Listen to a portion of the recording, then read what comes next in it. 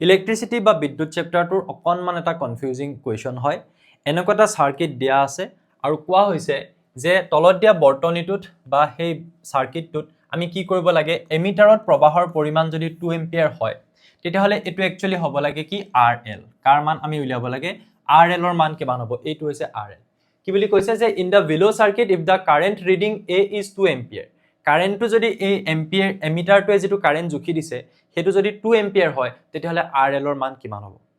মই তোমালোকৰ মুখৰ আগত এবাৰ বৰ্তনীটো আকৌ ভালদৰে আঁকি দেখাইটো বেছি ভালকে তেতিয়া বুজি পাবা যে ইয়াতে যদি তোমালোকে চোৱা ইয়াত এটা বেটাৰী আছে এটা সেল আছে এটো হৈছে এটা সেল হয়নে এই সেলটোৰ পৰা এনেকুৱা ধৰণে গৈছে ইয়াত এটা এমিটাৰ দেখুৱা হৈছে এমিটাৰটোৱে কাৰেন্টটো জুখি দিব তাৰ পিছত এফালে গৈছে এটো এটা ৰেজিস্ট্যান্স বা ৰোধ হয়নে বাৰু এটো এটা ৰোধক ইয়াত লাগি আছে বা ৰেজিস্টৰ তাৰ পিছত এফালে গৈ এটো এটা ৰেজিস্টৰ এটা ৰেজিস্ট্যান্স প্ৰভাইড কৰি আছে বা ৰোধ প্ৰভাইড কৰি আছে এফালে এটো এটা ৰোধ হয়নে তাৰ পিছত এফালে গৈ এটো এটা হয় আৰু এফালে গৈ এটো এটা ৰোধ তিনটা ৰোধ আছে সো তুমি যদি চোৱা এই ৰোধ কেটাৰ মানটো দি থোৱা আছে আৰু বেটাৰীটো 30 ভোল্ট বুলি কৈ থোৱা আছে এমিটাৰটো যেটো কাৰেন্ট দিছে 2 এম্পিয়াৰ ইউ 6 ওম ইউ 6 ওম 6 ওম আৰু ইউ কিমান ওম 6 ওমৰ হয় তাৰ পিছত এইটো কোৱা আছে কিমান বুলি 5 ওম এটো হৈছে 5 ওম এইটো হৈছে 10 ওম আৰু এইটো হৈছে RL লোড ৰেজিস্ট্যান্স বুলি ইংলিশত কোৱা হয় এতিয়া আমি ইয়াৰ ক্ষেত্ৰত এই RL টো কিমান হ'ব উলিয়াব লাগে যদি এমিটাৰটো আমাক 2 এম্পিয়াৰ জুখি দি আছে তাৰ মিনিংটো কি যে বিদ্যুৎ প্ৰবাহটো যদি ইয়াত কিমান হৈ থাকে 2 এম্পিয়াৰ হৈ থাকে হলনে সো ইয়াৰ ক্ষেত্ৰত আমি এনেকুৱা ধৰণৰ কোৱেশ্চন বৰ বেছিকে আমি কৰা সাকে নাই অলপমান এক্সট্ৰা কোৱেশ্চন হয় এটো বা ধুনিয়া কনসেপ্টৰ এটা কোৱেশ্চন হয়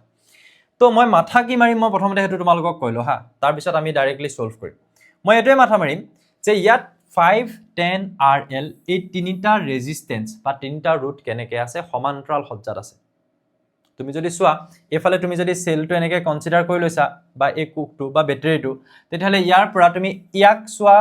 আৰু ইয়াক চোৱা আৰু হেইটুক চোৱা RL টুক চোৱা এই তিনিটা ক্ষেত্ৰত কি হৈ আছে যে এই বেটাৰীটোৰ নেগেটিভ আৰু পজিটিভটো যদি চোৱা নেগেটিভত ইয়াৰ এটা সাইড নেগেটিভত ইয়াৰ এটা সাইড তাৰ মানে এই গুটেই তিনিটা ৰোধৰ এটা সাইড নেগেটিভটোৰ লগত লাগি আছে তিনিটাৰ এটা সাইড এইটো পজিটিভটোৰ লগত লাগি আছে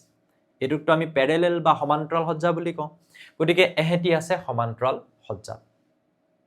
যদি মই এই তিনিটা অকমান প্ৰেক্টিস কৰিব লাগিব এই কোৱেশ্চন বিলাক হা এই তিনিটাৰ ক্ষেত্ৰত মই যদি কি উলিয়াই লওঁ সমান্তৰাল বা সমতুল্য ৰোধটো যদি উলিয়াই লওঁ কি হ'ব মই চাওঁচোন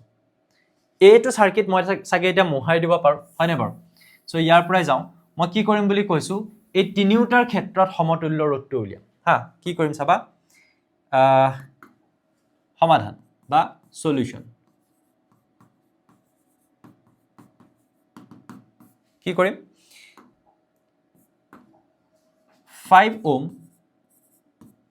10 ohm and RL or কি উলিয়াম সমতুল্য ৰোধ বা ইকুইভ্যালেন্ট ৰেজিস্ট্যান্স সমতুল্য ৰোধ ইকুইভ্যালেন্ট ৰেজিস্ট্যান্স যদি উলিয়াও কিমান হ'ব চাবা 1/Req যেহেতু সমান্তৰাল সজ্জাত আছে প্যাৰেলেল কম্বিনেশন সো 5 10 RL ইয়াতে লিখিছো 1/5 plus 1/10 plus 1/RL কিমান হ'ব চাওঁচোন আমি যদি এই দুটা কৰো এই দুটাৰ পৰা LCM বা লসাগু আহিব 10 সো 5 2 10 এফালে 1 হ'ব আৰু এফালে থাকিলে 1/RL তাৰ পিছত এফালে কিমান হ'ব 2 plus 1 3 এফালে থাকিলে 10 এফালে থাকিলে 1/RL ঠিক আছে next 1/Req is equals to 10 আৰু RL কিমান হ'ব 10 RL বুলি লিখিব পাৰা এফালে 10 into RL কৰিলে 3 মানে 10 RL নহব জানো তো জানা সাকে লসাগু সো কিমান হ'ব 3 into RL 3 RL হ'ব প্লাস ইয়াৰ ক্ষেত্ৰত কিমান হ'ব 10 হ'ব এইটো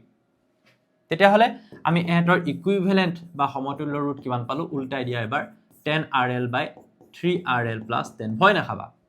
বৰ আচৰিত ধৰণৰ এটা যেন এক্সপ্ৰেছন ওলাইছে তেনেকুৱা লাগিছে সব ইজি হৈ যাব এতিয়া ঠিক আছে তো এই তিনিউটাৰ হলনি তাৰ মানে এটা ৰোধ আমি এতিয়া কনসিডাৰ কৰি লব পাৰো ভাবি লব পাৰো যে এই তিনিউটাৰ হলনি এটাই আছে বুলি আমি ভাবি লব পাৰো যে এটো এতিয়া নাই বুলি ভাবি লোৱা এটো নাই হা এই গোটেই তিনিওটাৰ হলনি ইয়াৰ হলনিও আমি কিমান পাই গলো এইটো পাই গলো কিমান পাই গলো 10 RL divided by 3 RL plus 10 তাৰ মিনিংটো এইটোই হল তিনিওটাৰ সমতুল্য ৰুট এইটো তাৰ মানে কি এই তিনিওটা মিলিজুলি এটা আছে বুলি ভাবি লব পাৰা এটা তুমি যদি বাকি কিটা তুমি কনসিডাৰ নকৰা এইটো আৰু এইটো কেনেকা ধৰণে আছে এহেতি আছে শ্ৰেণীবদ্ধ সজ্জাত বা সিৰিজত আছে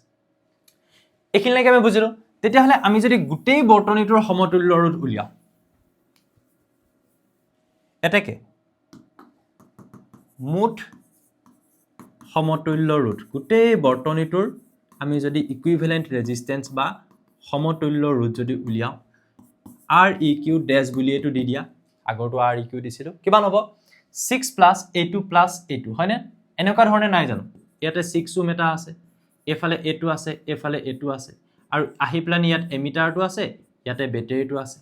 বাকিবোৰটো চাই থাকি লাভ নাই তুমি চাবলগীয়া মেইন বস্তু 6 ওম A2 6 হয় আৰু A2 হৈছে 10 RL divided by 3 RL plus 10 এইটো বস্তু সো এই তিনিওটা আমি শ্ৰেণীবদ্ধ সজ্জাত যদি থাকে মুঠ ৰুট আমি কেনে কৰিলাম স্যাৰ প্লাস কৰি দিওক 6 প্লাস ইমান 6 প্লাস এইটো গোটেইটা প্লাস কৰি দিয়া কিমান হ'ব 10 RL divided by 3 RL plus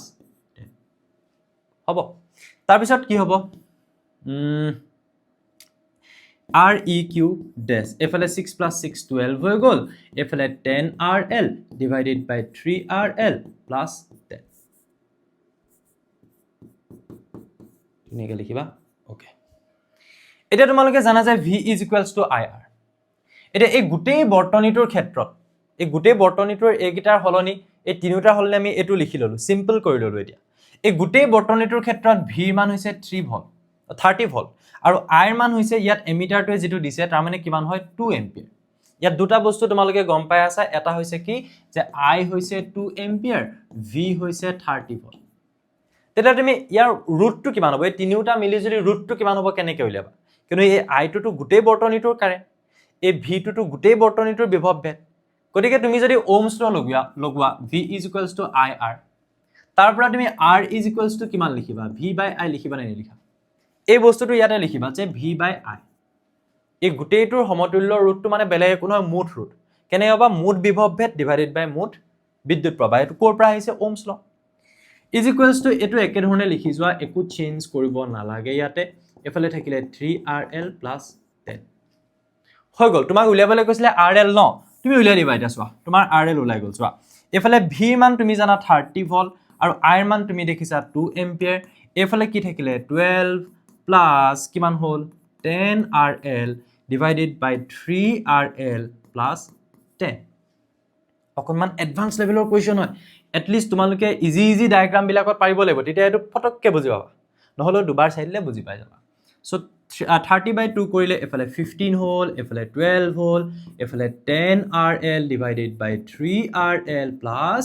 10 এতিয়াটো একদম সিম্পল ম্যাথমেটিক্স তুমি 12 টো এফালে লৈ গুছি আহা 15 minus 12 3 হৈ যাব এফালে থাকিলে 10RL divided by 3RL plus 10 এটো এফালে ক্ৰস মাল্টিপ্লিকেশন কৰি দিয়া 3 into 3